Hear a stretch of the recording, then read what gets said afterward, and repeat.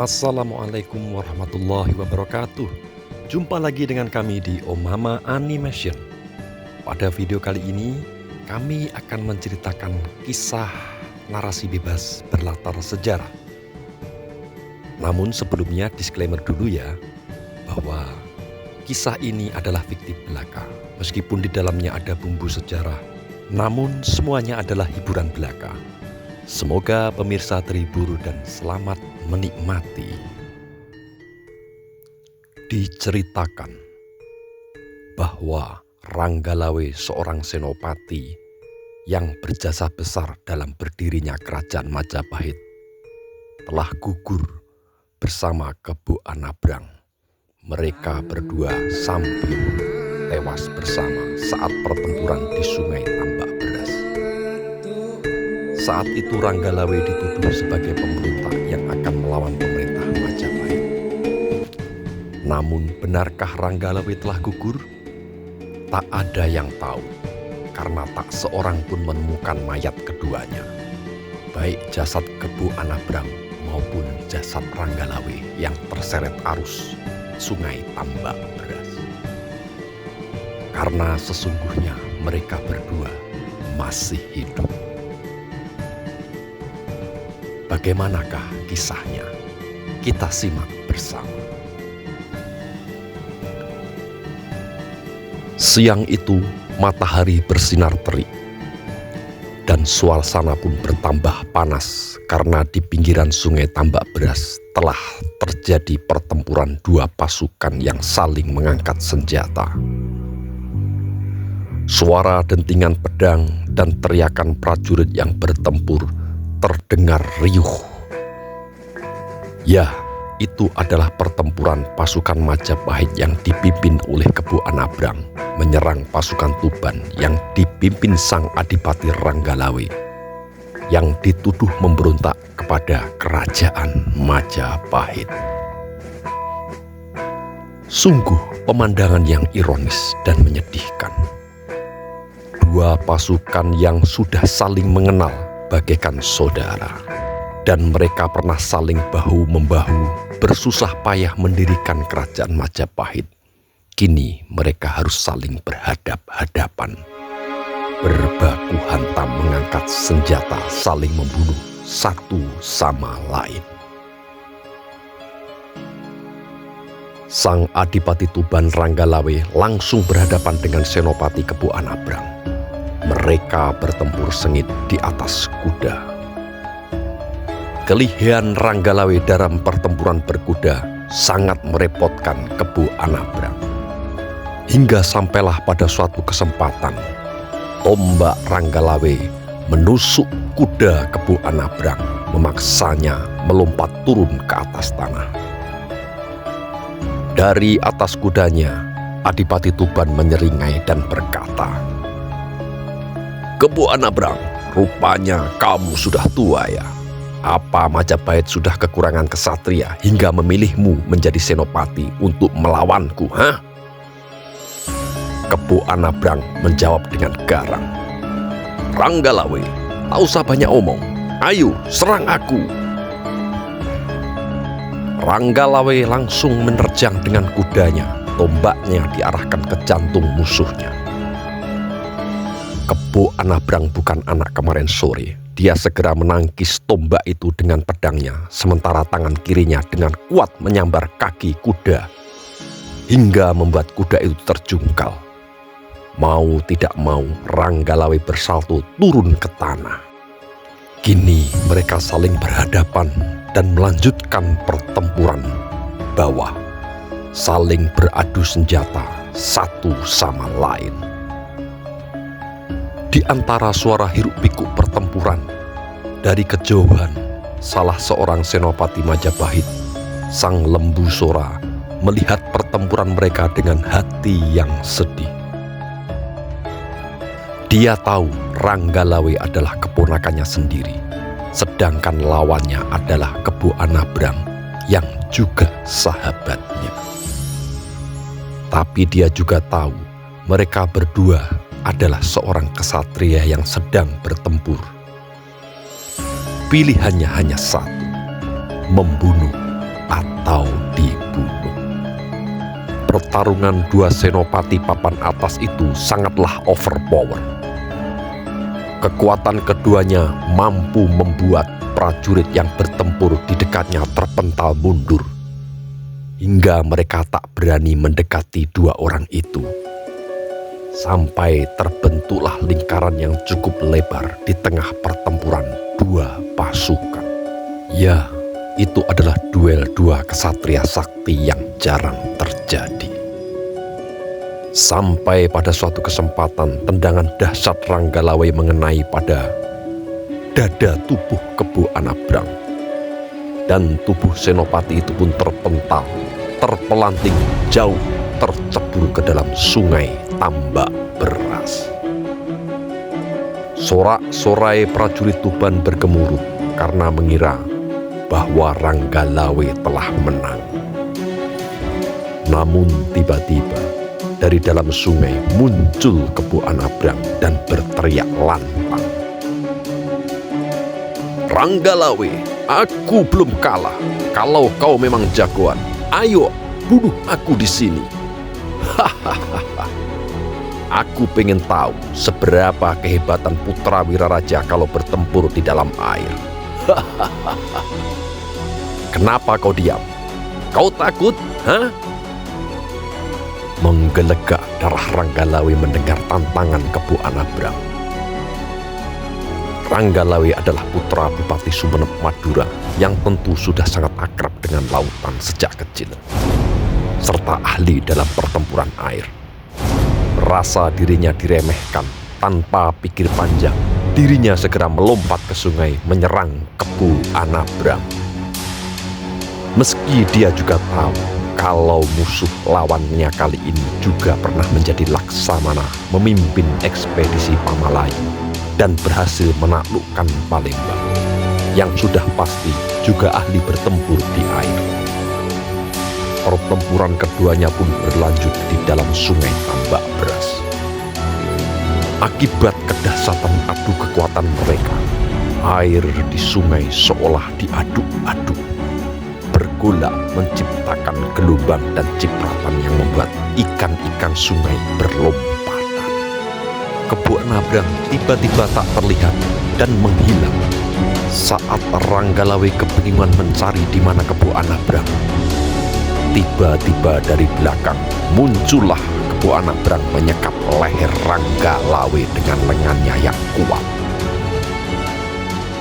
Ya, itulah ajian Sapit Wojo yang sekarang sudah mengunci leher sang Adipati Tuban.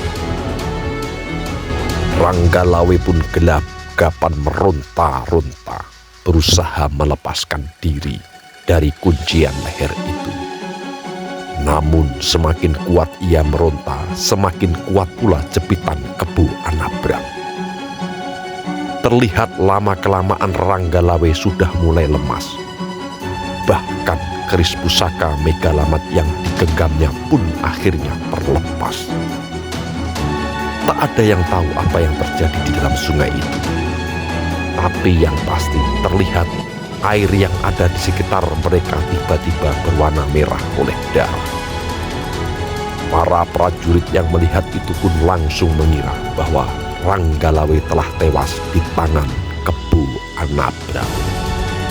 Saat semua tercengang melihat itu, tanpa ada yang menyangka, arus air sungai Tambak Beras yang semula mengalir biasa saja, tiba-tiba arusnya menjadi deras dan semakin deras.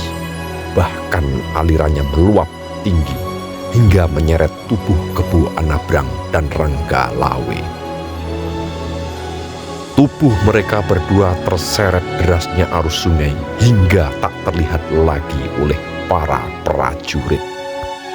Pertempuran di pinggir sungai pun terhenti. Dan semua prajurit pun dikerahkan untuk mencari jasad dan tubuh kedua senopati itu. Semua menyisir sungai dari hulu ke hilir hingga menjelang malam.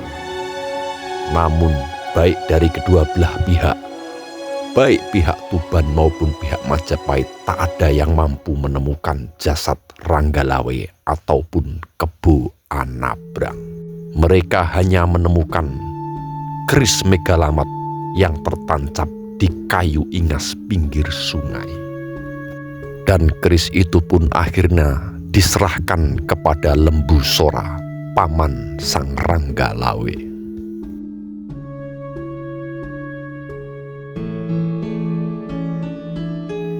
Malam itu rembulan bersinar temaram. Di sebuah gubuk di tengah sawah, sesosok tubuh lelaki tergeletak di sana, entah tidur entah pingsan. Sementara di luar gubuk tampak seorang laki-laki di dekat api unggun sedang menghangatkan badan. Seekor kuda juga tertambat di pohon asem yang tumbuh di dekat gubuk. Lelaki yang tergeletak di dalam gubuk rupanya mulai terbangun. Dirinya tampak kebingungan dan perlahan mulai duduk, menatap lelaki di dekat api unggun yang samar-samar mulai dia kenali. Sesaat kemudian setelah ingatannya mulai pulih semuanya, lelaki di dalam gubuk itu langsung melompat keluar dan berteriak lantang, "Kebo Anabrang, pertarungan kita belum selesai. Ayo kita akhiri semua ini."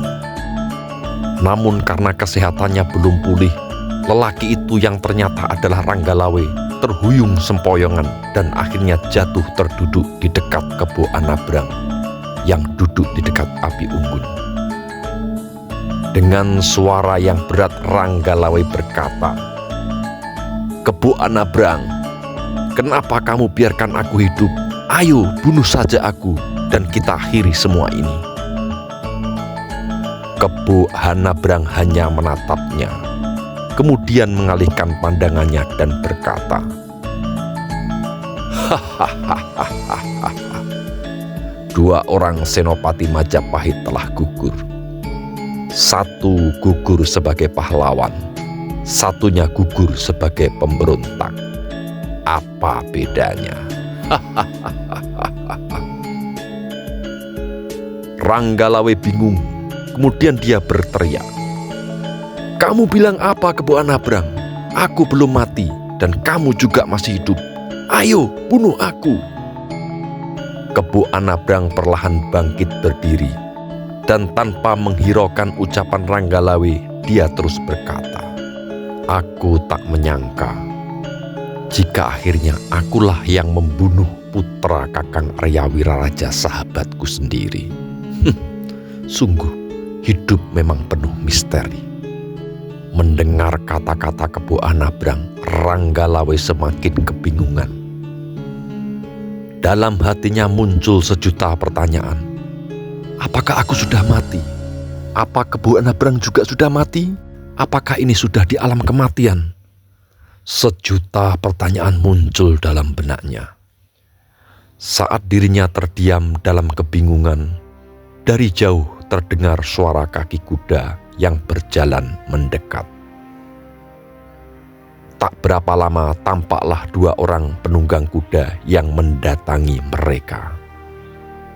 Setelah sampai di gubuk itu, dua orang lelaki penunggang kuda itu pun turun dan mendekati Kebo Anabrang yang segera menyambutnya di pinggir jalanan sawah. Setelah itu mereka bertiga pun perlahan berjalan mendatangi Ranggalawe yang masih terduduk di pinggir gubuk. Dalam kebingungannya, Ranggalawe menduga-duga apakah mereka berdua Dorakala sang penjaga pintu langit yang menjemput nyawanya. Namun saat dua sosok yang baru datang itu mulai mendekat dan wajahnya tampak samar-samar tersinari api unggun, Ranggalawe mulai terkejut. Dia seolah mengenali mereka.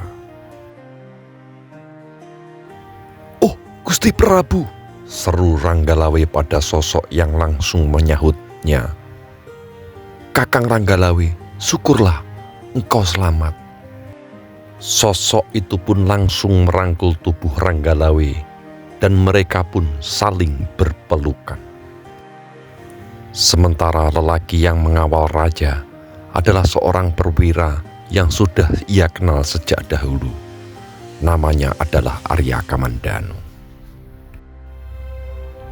Ranggalawe sangat terharu karena masalah dirinya lah sang Prabu harus rela bersusah payah malam-malam menemuinya di tengah sawah. Raja Majapahit itu menjelaskan pada Ranggalawe bahwa ia dan Kebu Anabrang telah merencanakan ini semua. Sebagai seorang raja, dirinya tidak mampu untuk menolak desakan dari para pembesar Majapahit yang telah mendapat laporan bahwa Ranggalawe akan memberontak. Meskipun sang Prabu tidak percaya, namun bukti-bukti mengarah serius pada Ranggalawe, sehingga kerajaan harus menumpas pemberontak, yang itu adalah Ranggalawe, orang yang sudah dianggap sebagai saudaranya sendiri oleh sang Prabu, karena ayah Ranggalawe adalah ayah angkatnya. Dalam kesedihannya, Kebu Anabrang datang menawarkan rencana ini dengan syarat bahwa dirinya lah yang harus menjadi senopati perang untuk menghadapi Ranggalawe. Meskipun mereka harus berkorban, karena kelak harus dikabarkan bahwa Kebu Anabrang dan Ranggalawe telah mati gugur dalam pertempuran. Dan resikonya tentu saja mereka harus menghilang, meninggalkan bumi Majapahit. Setelah mendengar itu semua, Ranggalawe pun tersadar dan segera meminta maaf kepada Kebu Anabrang. Sang Prabu Wijaya pun menangis terisak menyaksikan kesetiaan para kesatrianya itu. Dirinya terharu demi kewibawaan dan kejayaan Majapahit, mereka harus mengorbankan segalanya. Dirinya berkata, teringat betapa pengabdian Ranggalawe kepada dirinya takkan dapat dibalas oleh apapun. Dia teringat saat membuka hutan tarik, Ranggalawe dan pasukannya sudah datang duluan membabat hutan, bahkan sudah menebar benih padi. Hingga saat dirinya datang bersama pengikutnya, padi tanaman Ranggalawe sudah menguning dan dapat segera dipanen, serta cukup menjadi stok pangan untuk semua saat memperluas perdikan tarik. Suasana haru pun menyelimuti mereka berempat. Setelah dirasa cukup berbincang-bincang, Kebu Anabrang dan Ranggalawe menghaturkan sembah dan memohon pamit kepada sang Prabu. Mereka berkata bahwa inilah saat terakhir pengabdian mereka di Majapahit, karena setelah ini mereka harus pergi selamanya meninggalkan bumi Wilwatikta. Dikisahkan, Ranggalawe pulang ke Sumenep, Madura untuk menemui ayahnya agar tidak terjadi salah faham dan dendam kepada Majapahit. Konon setelah menemui ayahnya di Sumenep, Ranggalawe tinggal di sebuah desa kecil di Madura sebagai kepala desa dengan nama dan julukan yang berbeda. Sementara Kebu Anabrang kembali berlayar menuju Palembang dan tinggal di sana sampai akhir hayatnya.